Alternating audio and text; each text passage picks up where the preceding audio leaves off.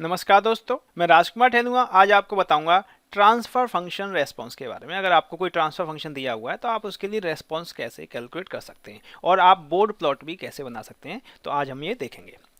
तो the MATLAB function z, p, k is equal tf to zp p, q ये आपको zeros और poles की वैल्यू देता है और जो कांस्टेंट है उसकी वैल्यू भी देता है। हमने लास्ट लेक्चर में इसे पढ़ा था। तो अगर आपको कोई ट्रांसफर फंक्शन दिया हुआ है इस तरीके से, तो आप इसके लिए जीरो और पोल निकाल सकते हैं आसानी से, कांस्टेंट भी निकाल सकते हैं। लास्ट लेक्चर में जब हमने देखा था तो k की बात नहीं की थी, आप चाहें तो k की वैल्यू भी निकाल सकते हैं। तो इसे हम एग्जीक्यूट करके देखते हैं। देखिए यहाँ पे हमें एंटर कर रहे हैं इसे, तो देखिए जीरोज और पोल्स आ गए और k की वैल्यू भी यहाँ पे आ गई। ठीक है ना। तो k अगर आप यहाँ पे लिखेंगे तो k की वैल्यू आएगी, नहीं लिखोगे तो जीरो और पोल्स की वैल्यू आएंगी सिर्फ। क्लियर है।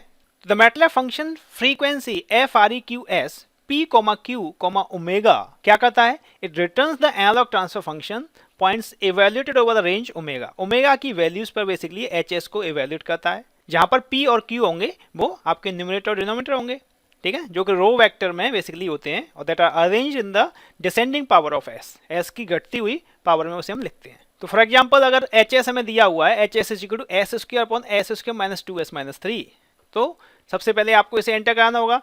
तो p में हमने लिख लिया 1 0 0 और q में 1 माइनस 2 माइनस 3, ठीक है ना। ये इसके करस्पॉन्डिंग है p और q इसके करस्पॉन्डिंग है। s स्क्वायर है तो 1 आया, बाकी कोफिशिएंट एब्सेंट है तो 0 0। पॉलिनोमियल्स जो हम हैंडलिंग की बात की थी, वहाँ पॉलिनोमियल एंटर कैसे कराते हैं उस केस में हमने आपको ये सारी बातें बताई थी। अब आपको क्या करना होगा, आपको ओमेगा की वैल्यूज के लिए बेसिकली इसे कैलकुलेट करना है। तो ओमेगा तो आप मैटलैब में लिख नहीं पाओगे बिकॉज कीवर्ड पे ओमेगा होता नहीं है, तो आपने w लिख लिया, स्मॉल w लिख लिया। मान लीजिए ओमेगा है, हमें तो अपने समझने के लिए इस वेरिएबल को लिखना है। तो ओमेगा की आपको रेंज चाहिए, बेसिकली कई वैल्यूज चाहिए।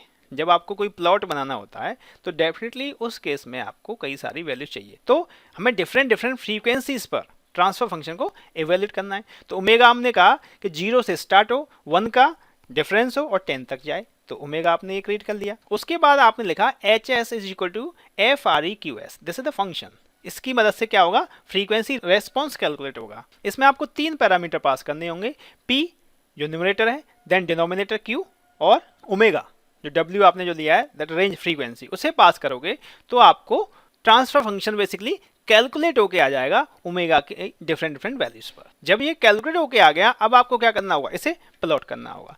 तो आप कर लेंगे प्लॉट w, HS। तो इसकी मदद से आप प्लॉट कर सकते हैं। तो देख लेते हैं। तो सबसे पहले हमने इसे एक फाइल में लिख लिया, फाइल को सेव कर देते हैं, रेस्पॉन्स प्रॉब्लम 1, और रन करते हैं। देखिए आ गया। क्लियर है।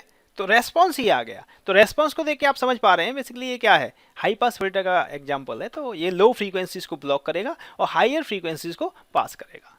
तो ट्रांसफर फंक्शन को देख के शायद आप ये समझ ना पा रहे हो, लेकिन आप ग्राफ को देखकर अंदाजा लगा सकते हैं। तो रेस्पॉन्स की मदद से हम बेसिकली कोई भी सिस्टम है उसका बिहेवियर ही प्रेडिक्ट करते हैं, तो वो आप समझ पा रहे हैं यहाँ से। तो आई थिंक आप आसानी से ट्रांसफर फंक्शन के लिए रेस्पॉन्स निकाल सकते हैं। उसके बाद बोर्ड प्लॉट। अगर आपको बोर्ड प्लॉट बनाना है, या सिंपल मैं कहूँ कि ट्रांसफर फंक्शन है उसके लिए मैग्नीट्यूड और फेज रेस्पॉन्स निकालना है, तो कैसे निकालेंगे?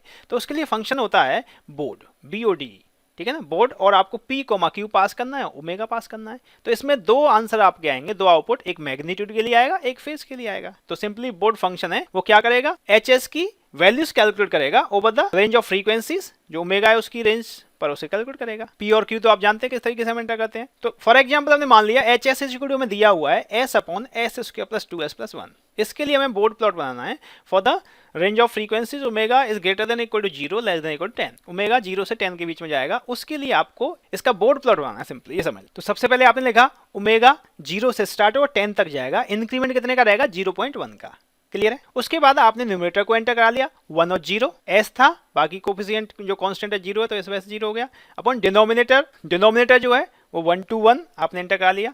उसके बाद आपने लिखा बोर्ड फंक्शन, लिखा मैग्नीट्यूड ऑफ फेज में इसका आंसर आएगा। न्यूमरेटर जो आपने लिखा न्यूमरेटर, देन डिनोमिनेटर और ओमेगा जो आपने यहाँ पर एंटर किया है। क्लियर है। तो इससे आपको मैग्नीट्यूड ऑफ फेज की वैल्यू बेसिकली मिल जाएगी। आपको मैग्नीट्यूड ऑफ फेज को प्लॉट करना है। अब मान लीजिए एक ही डायग्राम में करना है, तो मैंने सब प्लॉट वाला कंसेप्ट लगा लिया। आपको सब प्लॉट आता है, हमने पिछले लेक्चर में बताया था। तो सब प्लॉट आपने लिखा 2, 1, 1।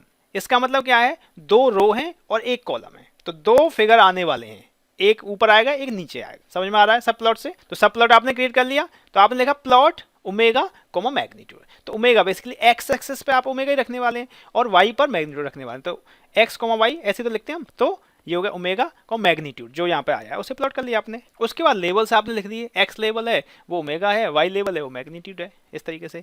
टाइटल लिख दिया board plot of H S और ग्रिड ऑन कर दिया। क्लियर है। अब आपने दूसरा सब प्लॉट किया, सब प्लॉट 2,1,2। अब दूसरे प्लॉट की बात करें उसमें क्या प्लॉट हो जाए, प्लॉट ओमेगा कॉमा फेज, जो फेज है वो प्लॉट हो जाए। और यहाँ पर आपने फिर X level omega, Y level phase और ग्रिड ऑन कर दिया। क्लियर है। तो इसे रन करके देख लेते हैं। तो इसे हम एक फाइल में लिख लेते हैं और सेव कर दिया रेस्पॉन्स प्रॉब्लम 2। ठीक है, रन करके देखिए, देखिए ये आ गया, ये मैग्नीट्यूड रेस्पॉन्स और ये फेज रेस्पॉन्स। तो बताइए कितना टाइम लगेगा इसे। देखिए यहाँ पर ये लाइंस तो जस्ट इसे सजाने के लिए लिखी है एक तरीके से। मेनली यहाँ काम की लाइन क्या है, ये ओमेगा जो आपने लिखा है न्यूमरेटर डिनोमिनेटर, और ये बस बाकी प्लॉट करना है।